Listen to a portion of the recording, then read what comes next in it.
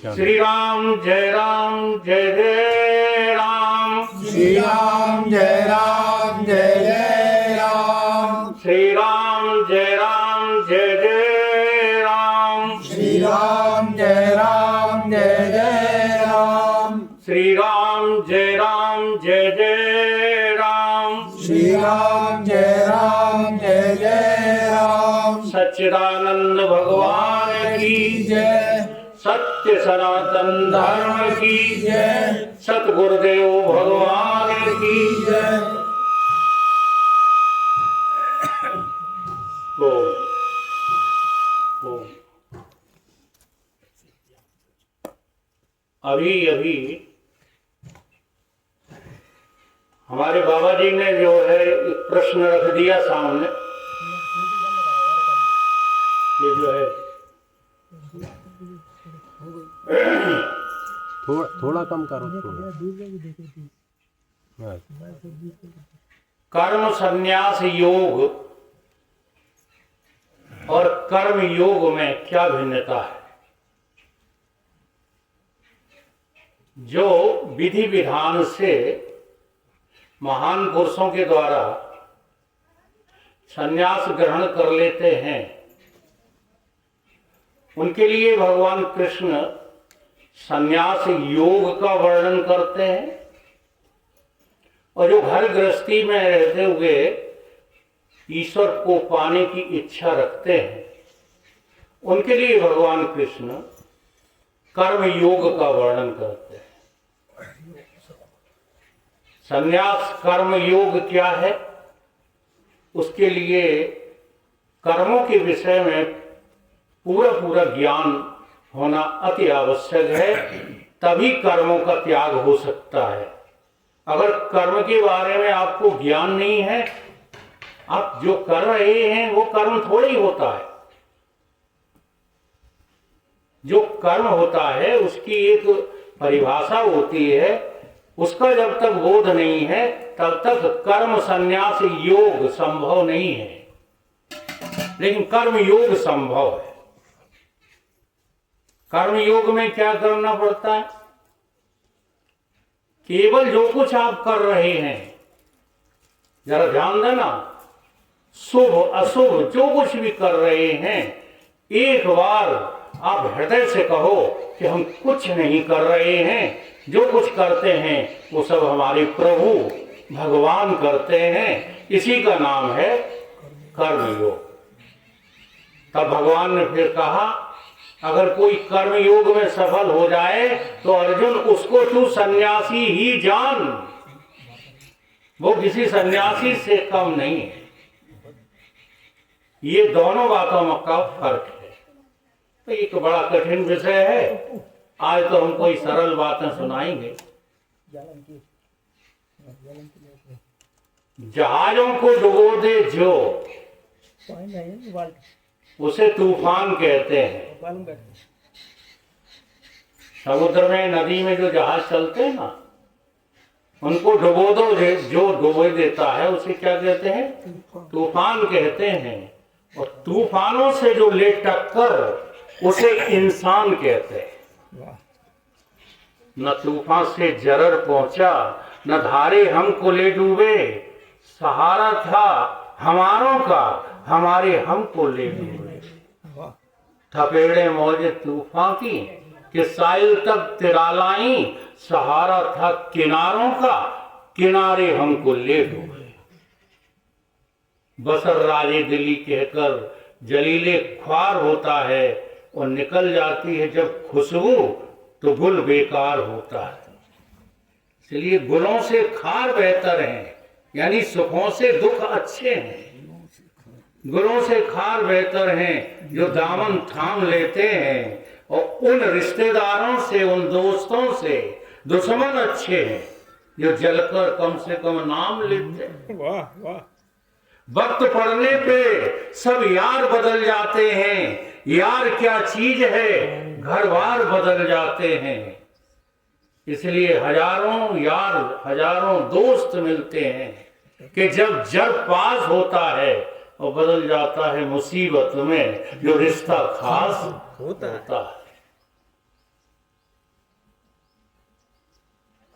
जिन्हें हम हार समझे थे, अपने इस गले को सजाने को, वही बस सर्प बन करके, वही बस नाग बन करके खड़े हैं हमको डस जाने को। तुम संसार में सुख ढूंढते हो, तुम अपने रिश्तेदारों में सुख ढूंढते हो। जरा सोच करके देखो, ये बदलने वाली सत्ता तुम्हें सुख दे सकती है। जो आज मित्र है कल वो शत्रु हो जाएगा। हो सकता है जो आज शत्रु है वो कल मित्र बन जाएगा। इसका बहुत छोटा सा उदाहरण है कि गर्मियों के दिन में जब आप कहीं से तप करके आए हो, कमरे में बैठ गए हो और किसी ने आकर के जो है कूलर लगा दिया, एसी ना सही कूलर, तो वो कूलर आपको जो ठंडी हवा देगा, बताइए ईमानदारी से, कूलर जो है आपका शत्रु है या मित्र है? जब ठंडी हवा दे रहा है गर्मी के दिनों में तो मित्र है ना। ठीक, कूलर वही रहेगा। दिन केवल परिवर्तित हो गए हैं, सर्दियों के आ गए हैं और आप उसी कमरे में बैठे हैं और वही कूलर चालू कर दिया गया है। तो बताओ वो ठंडी हवा देगा जब, तो शत्रु है कि मित्र है? शत्रु। कौन है वो? शत्रु। कूलर वही है, कूलर नहीं बदला है, कूलर की तासीर बदली है।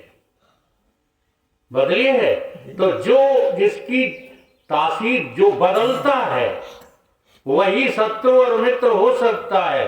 जो कभी बदलता नहीं, न शत्रु न मित्र, वो मित्र है कि शत्रु है? न मित्र है न इसलिए भगवान ने गीता में कहा कि अर्जुन, ये तेरी आत्मा न तेरी शत्रु है मित्र। न तेरी मित्र है। इसे तू मित्र और शत्रु मान रहा है, इसीलिए तू आज कायर बन के कह रहा है कि मैं इनको नहीं मारूंगा, ये तो हमारे घर वाले हैं। आत्मा न किसी की घरवाली है न किसी का घर वाला है। ये घरवाली और घर वाले दोनों दगाबाज हैं। इनमें कोई भी तुम्हारा कल्याण कहने वाला नहीं चाहते। सब अपने अपने जो है स्वार्थ को चाहते हैं, अपने मतलब को चाहते हैं। तुम देखो बदलता कौन है, जरा देखो ना। हमको देखना नहीं आता। कोई भजन करते हैं, वो बहुत भजन करते हैं। क्या भजन करते हैं?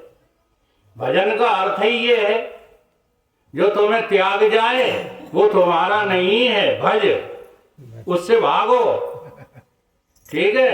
और जो तुम्हारा है वो तुम्हें कभी छोड़ता नहीं है, उसी को ग्रहण करो, इसका नाम भजन है। ऐसा भजन कोई करना सिखाता ही नहीं। सिखाता है कोई? मित्र में और शत्रु में पूर्ण भरा आलोक जिसका, है टिके ब्रह्मांड सारे, जान है ये जान सबका। सूर्य तारों में चमकता ये बिजलियां दमका रहा है। आंख खोलो देख लो कड़कड़ से वो हम गा रहा है। गा रहा है। तुम्हारे अलावा कोई दूसरा भगवान निकलेगा नहीं इस संसार में। बस देखना इतना ही है कि परिवर्तित होने वाला कभी आत्मा नहीं होता, परमात्मा नहीं होता, वो कुछ भी नहीं होता। देखो रिश्ते बदल जाते हैं, शरीर तो वही रहता है। रहता है कि नहीं? शरीर बदल जाते हैं, जीव तो वही रहता है। शरीर बदलते हैं कि नहीं? बदलते हैं। अच्छा, ये माताएं जो बूढ़ी बूढ़ी बैठी हैं, ये एक दिन लड़की नहीं थी और लड़की से युवा हुई तो शरीर बदला? नहीं बदला। बदला। कई शरीर बदल गया, वृद्ध हो गए, अब जवानी से बदल के वृद्धता में आ गए। अब हमें ये बताओ कि तुम कितने बदल गए?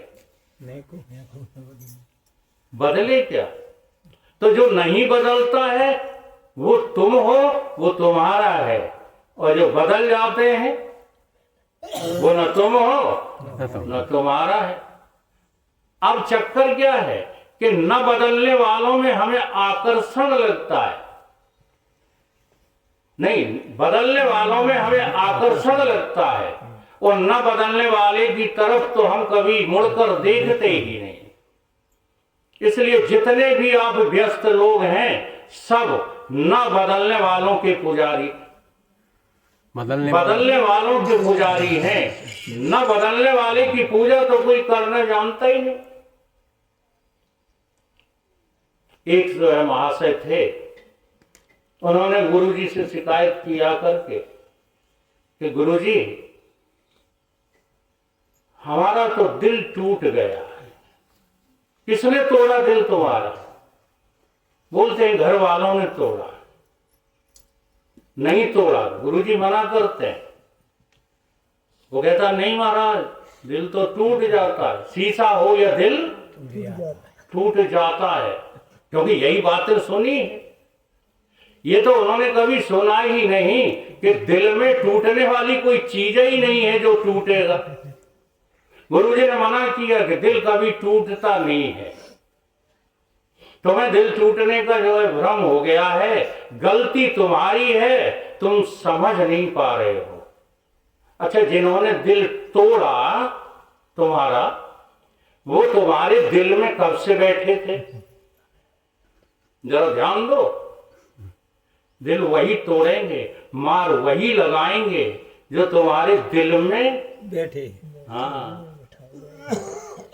तुम्हारी वासना बन करके बैठे। ईमानदारी से बताओ, सुग्रीव को किसने पीटा? भैया। विभीषण को लात किसने मारी? भैया। तुम्हारी दुर्गति जो है करने वाला कौन है? जो तुमने दिल में बिठा रखा है। संसार का कोई भी संबंधी तुम्हारे दिल में बैठा है तो लो, गांठ बांध लो, एक न एक दिन ये तुम्हारे दिल को तोड़ ही देगा। तो दिल तो नहीं टूटा, क्या टूटा है? दिल की जो वासना है उसी में कुछ फर्क आया है। तो आपको लगता है कि मेरा दिल टूट गया। तो दो ही चीजें हैं भगवान ने जो तुमको दी हैं। ईश्वर ने केवल आपको दो चीजें दी हैं, बाकी ईश्वर ने कुछ दिया ही नहीं है। बाकी पाने की तो तुमको केवल कल्पना है। और वो दो चीजें कौन सी हैं? दिल और दिमाग। एक दिल दिया है आपको और एक दिमाग दिया है। अब हम क्या करते हैं? इस दिल को तो लगा देते हैं इस प्रपंच में, और दिमाग पूरा लगाते रहते हैं वेदों में, शास्त्रों में, गीता में, रामायण में, दिमाग लगाते रहते हैं। ये जितने भी विद्वान जो है प्रवचन करने वाले हैं सब दिमागी हैं। दिल वाला तो कोई कोई मिलता है। मिला उसको है जो दिल मिला ढूंढता है, जुदा उससे है जो जुदा ढूंढता है। बिंदु जी कहते हैं, अरे तू उसे जहां ढूंढता है वो तो तेरे दिल में बसा है, तू कहां ढूंढता है? दिल में जो है किसको बिठा रखा है? संसार को। दिमाग कहां लगा रखा है? भगवान में। सारी दुनिया की यही हालत है। कोई कहेगा नहीं, हम वकील साहब की बात को नहीं मान सकते, हम ब्रह्म कैसे हो सकते हैं? अब देखो, दिमाग लगा रहे हो। दिमाग ही लगा रहे हो। तुम दिमाग न लगाओ, मेरी बातों को जो है 1 महीने सुनो, तुम खुद छाती ठोक के कहोगे कि मेरे अलावा दूसरा कोई भगवान ब्रह्मांड में है ही नहीं। सुनो तो, दिमाग लगाते हो अपना, दिल है ही नहीं तुम्हारे पास। दिल की कीमत है, दिमाग की कीमत नहीं है। इसलिए तुम जो टूटे हो वो इसी कारण से टूटे हो कि दिल में तुम संसार को बिठा ले घूम रहे हो। मेरा लड़का, मेरी लड़की, मेरा पति, मेरी पत्नी और तो और मेरा आश्रम, मेरा घर, ये कहाँ बैठे हैं? दिल में। मेरी नौकरी, ये सब दिल में बैठे हैं। हाँ, इनका काम दिमाग का था तो दिमाग तो उधर लगाते नहीं हो। दिमाग लगा के जो है काम करो तो घर की व्यवस्थाएं सब चले ठीक ठाक। और दिल जो है कहाँ लगाओ? परमात्मा में। दिल में बिठा लो जो है दिलदार उस परमेश्वर को, और दिमाग जो है लगाओ संसार में। और यही सारी सभी जगह भगवान ने गीता में भी सिखाया है और रामायण में भी यही सिखाया है। कर से कर्म करो विघ्नाना, और दिल राखो जहां कृपा निधाना। अब वो कृपा निधान तुमने देखे नहीं है, तुमने देखे नहीं है, इसलिए तुम दिल नहीं लगा पाते हो। तुमने जो चीज देखी है, सुनी है, गुनी है, छुई है, चखी है, दिल तुम्हारा वहीं 24 घंटे लगा रहता है। तो है कठिन काम कि नहीं भगवान का भजन? भगवान न किसी ने देखा है आज तक, न सुना है, न छुआ है, छुआ ही नहीं। जैसे हम एक जो है उदाहरण देते रहते हैं, ये जो है कपड़े में गांठ लगा दें, कपड़े में गांठ लगा दें तो तुम जो है गांठ को छू के बता सकते हो? कोई ऐसा है हिम्मत वाला जो गांठ को तो छुए लेकिन कपड़े को न छुए? है कोई? नहीं है। तो जब भी छुओगे तुम क्या छुओगे? कपड़ा छुओगे। फिर गांठ कैसे छुई जा सकती है? यही तुम अपने ऊपर क्यों नहीं घटाते हो? तुम जो कुछ भी हो, अगर शरीर हो तो तुम भगवान हो, ठीक है? मन हो, बुद्धि हो तो तुम भगवान हो, और मन बुद्धि से परे हो तो तुम भगवान हो। भगवान के अलावा और कोई कहीं है कहां? लेकिन हमको विश्वास कहां है? देखी हुई सुनी हुई इस प्रपंचिक स्थिति में तो विश्वास है। उसी विश्वास के आधार पर हम न जाने कितनी दूर चले जाते हैं नौकरी करने। चले जाते हैं कि नहीं? कि पैसा आएगा, कम से कम भूखों तो नहीं मरेंगे। ये विश्वास नहीं है। पैसा आए चाहे ना आए, तुम भूखों नहीं मर सकते। है विश्वास? किसी को नहीं है। इसलिए तुम्हारा विश्वास प्रपंच की ओर जा रहा है, तुम्हारा विश्वास प्रभु की ओर नहीं जाता। इसलिए बिना विश्वास के तुम प्रार्थनाएं करते रहते हो, तुम उपासनाएं करते रहते हो बिना विश्वास के।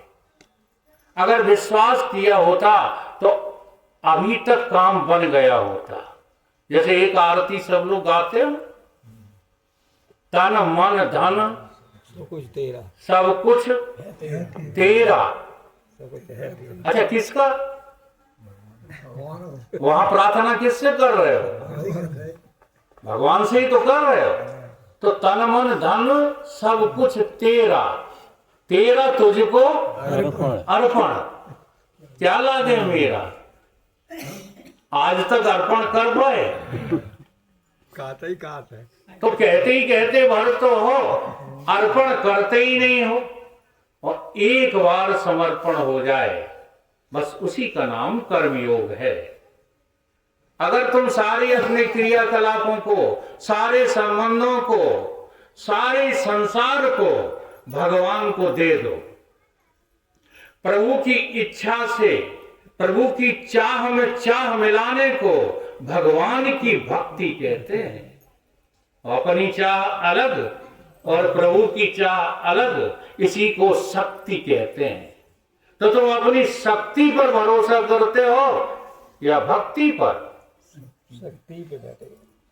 देखो, जो भक्ति पर भरोसा नहीं करते, जो भगवान पर भरोसा नहीं करते, उनको बहुत कष्ट और दुख उठाना पड़ते हैं। आज ऐसी ही एक कहानी जो श्रीमद् भागवत में भी है, विष्णु पुराण में भी है और कई स्थानों पर है। हम आपको जो है कहते हैं, बड़ी मार्मिक कहानी है। पैरों में चप्पल नहीं, वस्त्रों के जो है होश नहीं है। विदाई हो रही है बहन की, और बहन से जो है इतना अपनी आसक्ति दिखा रहा है कि पैर में चप्पल पहनना भूल गया, बदन पे कपड़े डालना भूल गया और जाकर के रथ पर बैठ गया है। आज देवकी का रथ हाँकने वाला कौन? उसका भाई कंस। देखना मतलब की यारी। और देवकी भी जो है प्रशंसा कर रही है, वाह भाई हो तो ऐसा, मेरे भाई जैसा भाई संसार में किसी का हो ही नहीं सकता। मेरी विदाई से वो कितना विरह को प्राप्त हो गया है कि अपनी सुध बुध भूल गया। अब ये देव की मैया जो थी वो पूर्व जन्मों की भगवान कृष्ण की महान भक्त थी। भगवान ने सोचा, सोचते हैं भगवान भी, तुम लोगों के बारे में भी सोचते हैं। हमको जो है थोड़ा सा, जब हम बीरन सिंह जी के यहाँ भोज में गए तो मेरे दिल में ये बात आ रही थी कि आज क्या ये जो माहौल देख करके कहीं हमारे भक्त वीरेंद्र सिंह का गड़बड़ ना हो जाए। इतनी प्रशंसा, हाँ, डॉक्टर साहब का जलवा। तो मैं विचार कर रहा था, तो मैंने सोचा कि अभी साधना प्रारंभ की है, इसलिए पतन नहीं होगा। जब भी पतन होता है, सच बता दूं, साधना पक जाने के बाद होता है। और फिर ऐसा पतन होता है कि गिरने वाला फिर उठ नहीं पाता। इसलिए साधना काल में तो सजग रहते हैं हम लोग, लेकिन जब सिद्धि आने लगती है, अब तो हम ज्ञानी हो गए, अब तो हम भगवान को पा गए, बस उसी समय कबाड़ा होता है। वही कबाड़ा आज देवकी जी का हो रहा है। भगवान सोचने लगे कि इस मेरी जो है, हाँ, भक्ति की पराकाष्ठा देवकी मैया तो आज अपने भैया में आसक्त है। ये अपने भाई की प्रशंसा में ये भी भूल गई कि इसके जो है करने से रथ नहीं चल रहा है। हाँ, कोई भी रथ किसकी शक्ति से जो है आगे बढ़ता है? भैया की। तो भगवान को ये सहन नहीं हुआ, तुरंत आकाशवाणी हुई। एक भक्त, देख लो, भक्त और भक्तिनी, माताओं को भक्तिनी कहा जाता है, पुरुषों को भक्त। अगर ये थोड़े डमाडोल भी होते हैं तो सच्चे यदि भक्त हो तो दुनिया में आसक्त हो, केवल घंटलिये बजा के दिखा रहे हो तो भगवान रक्षा नहीं करते। भगवान तब रक्षा करते हैं जब तुम सच्ची भक्ति करते हो। तो भगवान ने कहा कि मेरी जो है भक्ति न आज पलटी जा रही है, आज संसार की ओर आसक्त होती जा रही है। तुरंत आकाशवाणी हुई। अच्छा, कम से कम यहाँ लोग 50-60 साल से ऊपर बैठे हैं सभी लोग, किसी ने आकाशवाणी सुनी आज तक? नहीं सुनी। शायद किसी ने सुनी हो। देखो हमारे पुराणों में लिखने का ढंग देखिए। सुनी तो है, हैं? सुनी तो है बस।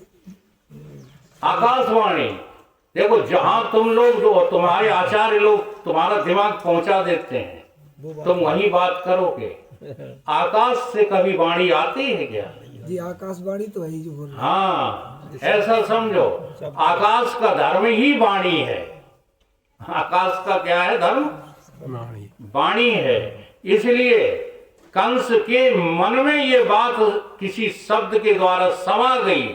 क्या समा गई? हे कंस, जिस देवकी को तू इतना प्यार कर रहा है, जिस देवकी से तू अपना मोह दिखा रहा है, इसी देवकी का 8वां पुत्र तेरी मृत्यु का कारण बनेगा। तेरा काल होगा, देवकी का लाल, 8वां लाल, और तेरे शरीर का काल। और जो इतनी बात जो है कंस ने सुनी, और कहां से सुनी? आकाशवाणी से। समझ लेना, आकाशवाणी को जो है दुष्ट भी सुनते हैं और सज्जन भी सुनते हैं। अगर सज्जन सुन ले आकाशवाणी को तो सत्संगी हो जाता है, और दुष्ट सुन ले आकाशवाणी को तो प्रपंची हो जाता है। फर्क समझिए। जो प्रपंच में लगे पड़े हैं वो अभी सत्संग नहीं कर रहे, और जो सत्संग कर रहे हैं उनके दिल से प्रपंच बिल्कुल निकल जाता है। वो दिमाग से करते रहते हैं लेकिन प्रपंच दिल में नहीं रहता है। ये दिल दिमाग का किस्सा आज सुना रहा हूं आपको। तो जैसे ही जो है आकाशवाणी सुनी, तुरंत तलवार उठाई कंस ने, और जिस बहन को इतना चाह रहा था, जिस बहन के प्रति इतना मोह दिखा रहा था, उसी की चुटिया पकड़ ली, और चोटी पकड़ कर गर्दन पकड़ के वो तलवार के द्वारा गर्दन उड़ाने को आतुर ही था। तब तक वासुदेव जी महाराज, देवकी के जो है पति, उन्होंने हाथ जोड़कर कहा कि कंस जी, हे महाराज, तुम जैसा महान पुरुष कहीं मैंने देखा नहीं है, और तुम ये क्या अनर्थ करने जा रहे हो? दुष्ट की एक बार प्रशंसा कर दो, दुष्ट की यदि तुम प्रशंसा कर दो तो उसकी बुद्धि तत्काल बदल जाती है, ठीक है? और सज्जन की तुम प्रशंसा कर दो तो वो तुमसे चिढ़ जाएगा। ये फर्क है सज्जनता का और दुर्जनता का। दुर्जन अपनी बड़ाई चाहता है, दुर्जन अपना जो है प्राण बचा करके सबके प्राण लेना चाहता है, और सज्जन दूसरों के भी प्राण बचा के अपने प्राण देने को तैयार रहता है। ये सज्जन और दुर्जन का भेद है। तो जब इस दुर्जन की प्रशंसा की कि महाराज तुम तो बड़े महान हो, तुम ये क्या करने जा रहे हो?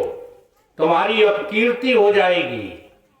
तुमने जो सुना है कि देवकी का 8वां लाल तुम्हारा काल है, तो हम तुमसे वादा करते हैं कि देवकी का 8वां लाल तो क्या, प्रत्येक लाल देवकी का हम तुम्हारे हवाले कर दें, लेकिन देवकी का वध न करो, इसमें तुम्हारी जो है ख्वारी हो जाएगी। ये बात कंस को तुरंत पसंद आ गई, क्योंकि जितना बड़ा दुर्जन उतना ही बड़ा बुद्धू भी होता है। दुर्जन लोग चाहे कलेक्टर हो जाएं, एसपी हो जाएं, वकील हो जाएं, बुद्धू के बुद्धू ही रहते हैं। और सज्जन बिना पढ़ा लिखा भी बहुत बहुत चातुर्य को प्राप्त हो जाता है। ये पढ़ाई लिखाई का विषय नहीं है, ये बुद्धि, ये दिल और दिमाग की लड़ाई का विषय है। दिल कहता है कि भगवान की तरफ चलो, दिमाग कहता है संसार के बिना, पैसा के बिना भगवान कहां। ये कौन कहता है? दिमाग वाला है। तो वो सब दिमाग वाले हैं जो कहते हैं कि पैसे के बिना धर्म नहीं है, और वो दिल वाले हैं वो कहते हैं धर्म को लाओ जीवन में, पैसा तो रुपया तो हैसियत तुम्हारी दास हो जाएगी। ये दिल वालों की बात। कंस दिमाग वाला था, तुरंत जो है वासुदेव की बात को मान गया, लेकिन राजनीति के कारण उसने कहा कि अब तुम्हें स्वतंत्र तो नहीं छोड़ेंगे। दोनों पति पत्नियों को कारागार में डाल दिया। अब कारागार में दोनों रह करके देखो दिल कहां लगाए हैं। एक ही झटके में दिमाग की जो है पसुलियां टूट गई, मेरी भाषा जरा वैसी है, मैं सही कही दिमाग की पसलियां टूट गई। दिल लगाओ हाँ, दिल लग गया किसमें? नारायण में। ओम नमो भगवते वासुदेव।